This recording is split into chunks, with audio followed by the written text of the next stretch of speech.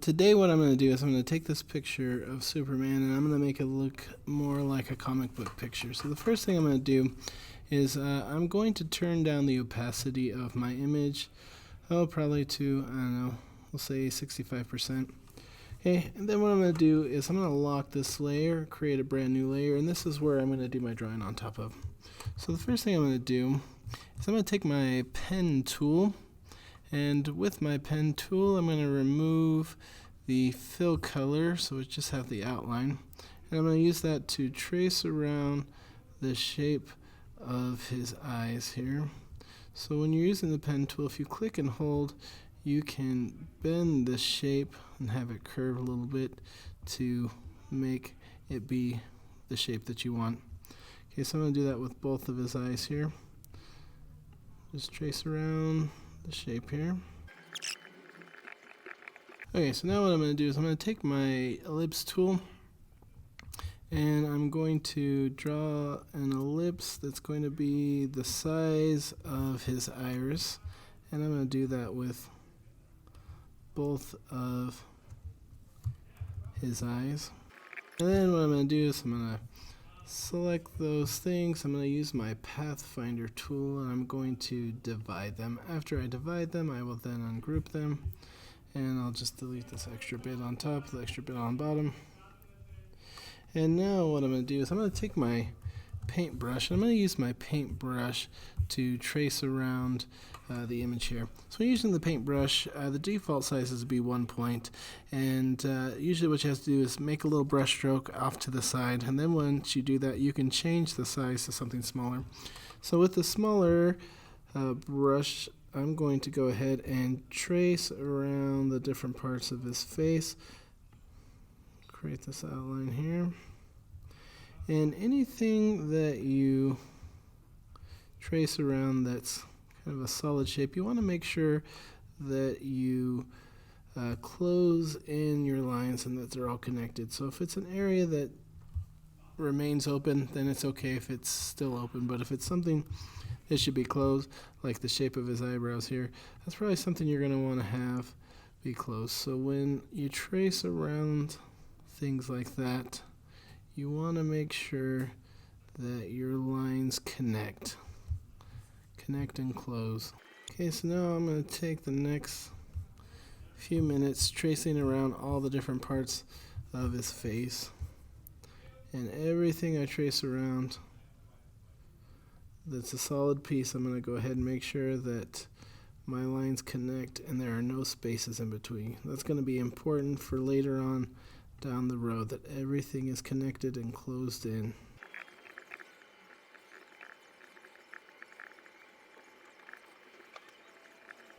So I'm just going to trace around the shape of the highlights in his hair.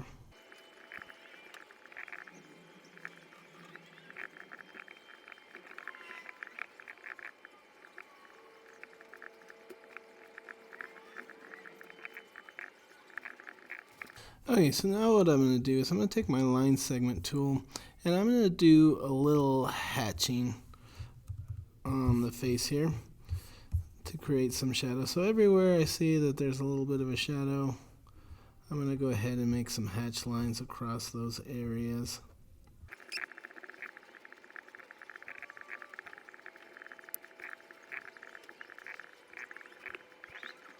What I'm going to do is we're going to start working on some color. So to work on the color, what I'm going to do is I'm going to take my rectangle tool and I'm going to throw a rectangle full of color.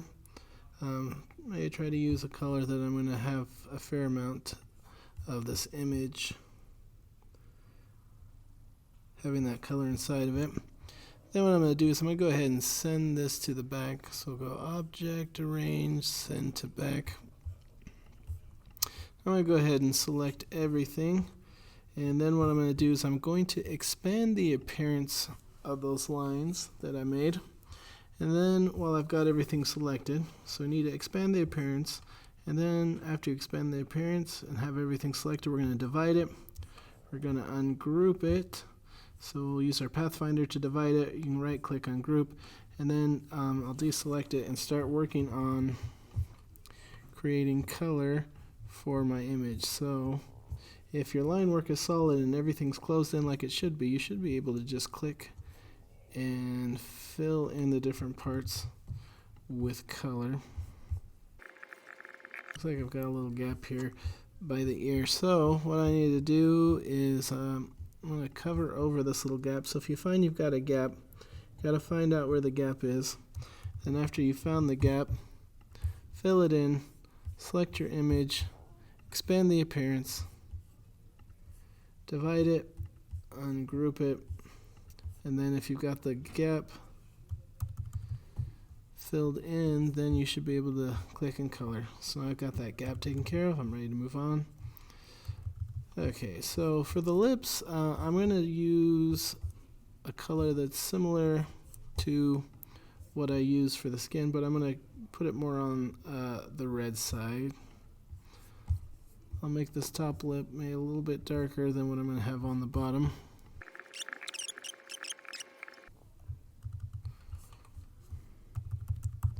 Okay, so inside the eyes here, I'm going to take my lips tool and I'm going to throw a black pupil inside there, right in the middle, make that black. Same thing on this side, right in the middle. Then I'm going to throw a little white highlight on top of there. So move the stroke there, put a little white highlight on this other eye. Now we're going to create something that's referred to as Ben-Day dots. Okay, so in old school comic prints and other magazines, they would use this form of printing called Ben-Day because it was developed by a guy by the name of Ben-Day. So what I'm going to do is I'm going to make a color that's maybe similar to the color that I used to fill in the face here. And I'm just going to use my paintbrush to make that color. So after I make that little dot here on the side, I'll select it. And then I'm going to go under Object. I'm going to go to Pattern and Make. And then I'm going to create a pattern with this. So I like to make mine brick by row. And then I'm going to adjust the width and I'll adjust the height. And I'm just pushing on the arrows on my keyboard to space it out a little bit. Then when I'm done, I'll just click done up here. And then what that does is it adds that to my swatches. And now what I'm going to do is I'm going to put this dot pattern on top of the color that's already there. So to do that, I'm going to open up my appearance tool. So if you can't find that, just look under window. It's all in alphabetical order. Once your appearance tool is opened, you're going to add a new fill. Okay, so we have the original fill here. We've got this new one on top. And then I'm going to click on that little arrow to open up my swatches. And then I'm going to put that dot pattern that I created on top there. So I'll just add a new fill for that. Grab that dot pattern. And I'm going to do this for the different parts of his face. We'll add a new fill. Switch it to that. And then I'm going to make a dot pattern for his suit. So may do a different shade of blue here.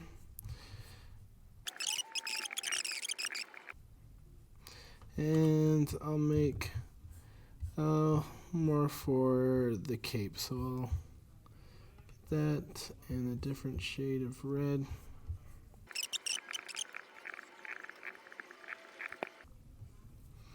And there we have it.